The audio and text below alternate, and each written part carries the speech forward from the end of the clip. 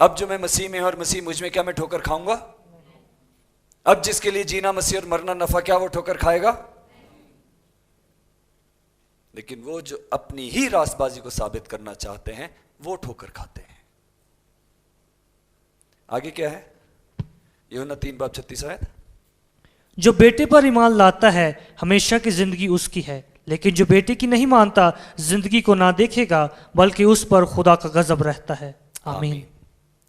جو بیٹے پر ایمان لاتا ہے ہمیشہ کی زندگی، ہمیشہ کی زندگی اس کی ہے، اور جو بیٹے پر ایمان نہیں لاتا اور جو بیٹے کو نہیں مانتا زندگی کو نہ دیکھے گا۔ جینا تو دور ہے، دیکھنا بھی مشکل ہے۔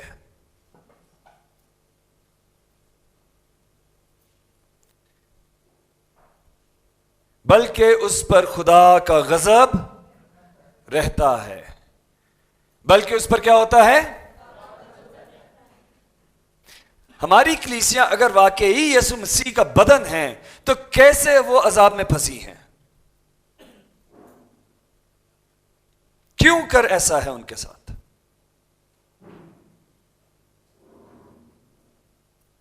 کیونکہ نافرمانی کی روح ان میں تاثیر پیدا کرتی ہے،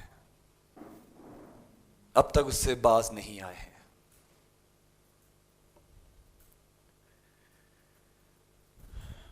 آگے دیکھتے ہیں جو ہمیں ملتا ہے کہ یسوع نے مسیح کے کام کو پوری فرما برداری کے ساتھ پورا کر دیا ہے۔ کون سی فرما برداری؟ پوری، لکھا ہے فل اوبیڈینس، کامل فرما برداری۔ کامل کا مطلب کیا ہوتا ہے؟ کوئی ایک چیز پیچھے رہ جاتی ہے اس میں سے؟ نہیں، شاید کوئی ایک چچی جی انگلی رہ گئی ہو باہر۔ فرما برداری ہم سے ہو ہی نہیں سکتی تھی، اسی لیے اس نے کامل فرما برداری کی ہے۔ آئیے کلام میں سے چیک کرتے ہیں۔ عبرانیوں 5 اس کی 8 سے 9 آیت کیا کہتی ہے؟ اور باوجود بیٹا ہونے کے اس نے دکھ اٹھا اٹھا کر فرما برداری سیکھی اور کامل بن کر اپنے سب فرما برداروں کے لیے اپنی نجات کا باعث ہوا۔ آمین۔ اور باوجود بیٹا ہونے کے، کس کا بیٹا ہونے کے؟ خدا کا بیٹا ہونے کے، جو کل کائنات کا خدا ہے، جس کے ہاتھوں کے نیچے، جس کے ہاتھوں میں ہماری شبیہ، وہ جو سب کچھ بنانے والا ہے، جس کے پیروں تلے ہر ایک چیز ہے، وہ کیا ہوا؟ بیٹا بنا۔ اور کیا کیا اس نے؟ دکھ اٹھا کر۔ دکھ کیسے اٹھائی تھی جی بتائیے؟ یسوع مسیح نے کیسے اٹھائے دکھ اٹھا کر؟ سب سے پہلے کیا ہوا؟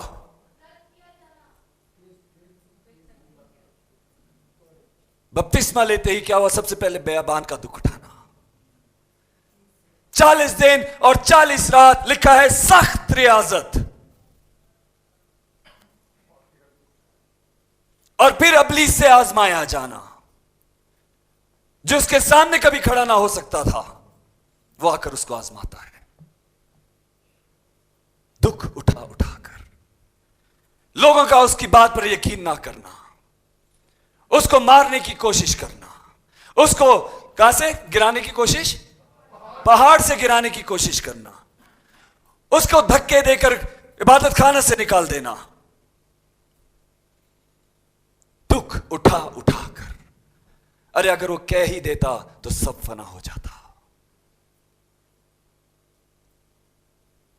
اور باوجود بیٹا ہونے کے اس نے دکھ اٹھا کر فرما برداری سیکھی، کیونکہ باپ کا حکم تھا کہ تجھے یہ سب کرنا ضرور ہے۔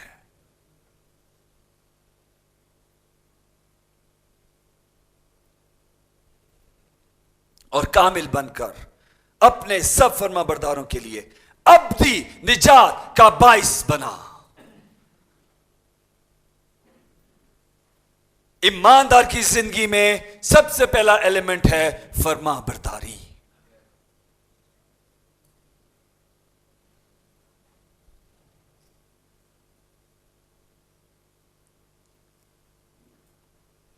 عبادت کا ٹائم ہوتا ہے، ہماری کلیسیا ٹائم پہ نہیں آتی جی، کام ہی بہت ہے۔